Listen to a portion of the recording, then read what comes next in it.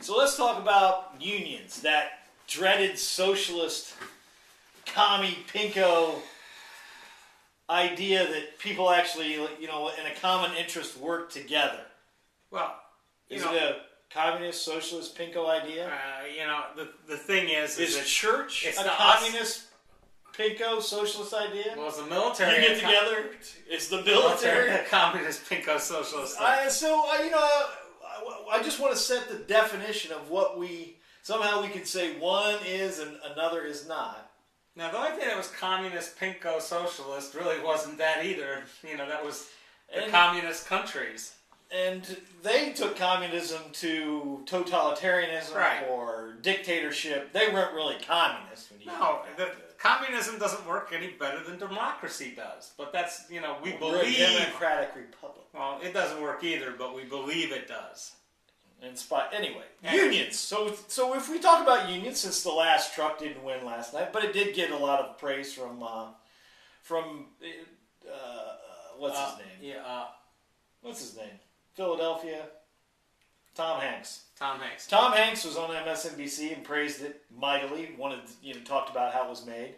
And let's talk a little bit about unions, because my contention, as I grew up with my father, who was in the union, and then my father was in the union. Got promoted out of the union for being my father did not a good little boy. Yes, following the rules. And he used to work for Dayton.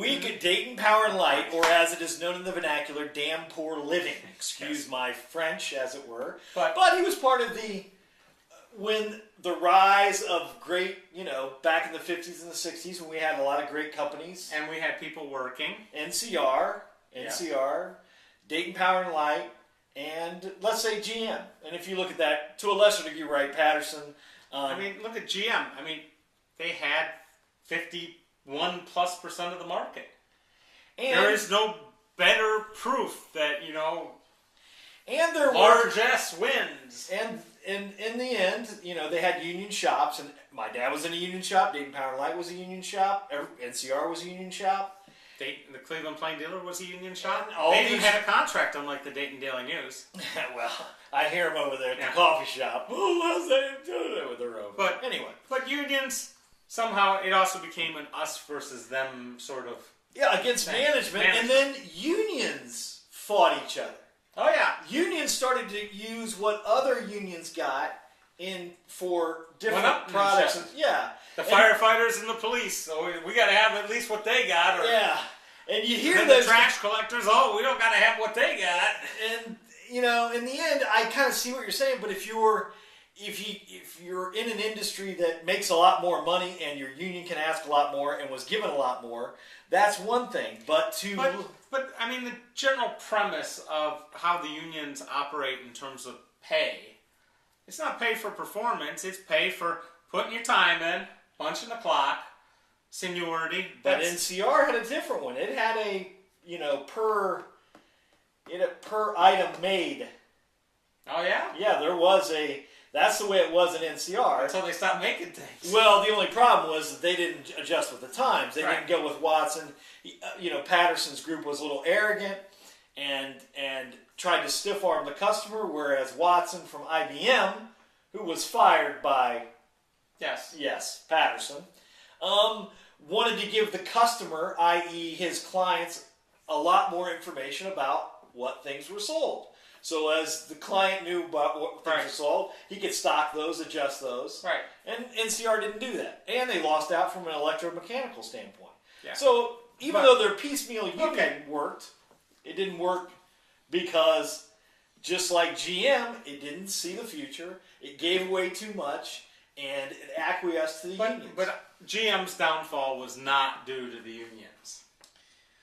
GM's downfall was due to union arrogance a little bit. Look, a little bit. When you were sitting around, you still have to build. When I was in DP&L and GM was here, those guys used to just brag. Oh yeah, we're on the line. We're not doing anything. They would get glasses for $5. Mine were $120. Now, why were mine $120? Because GM was getting them for $5. So Dayton Power and Light's insurance wasn't the same. Right. And that union couldn't command that level of health care. the reality was the work was dangerous, dirty, not fun, and so they had to pay a little more, and they had these benefits. GM. Try working with electricity. You're in a coal plant.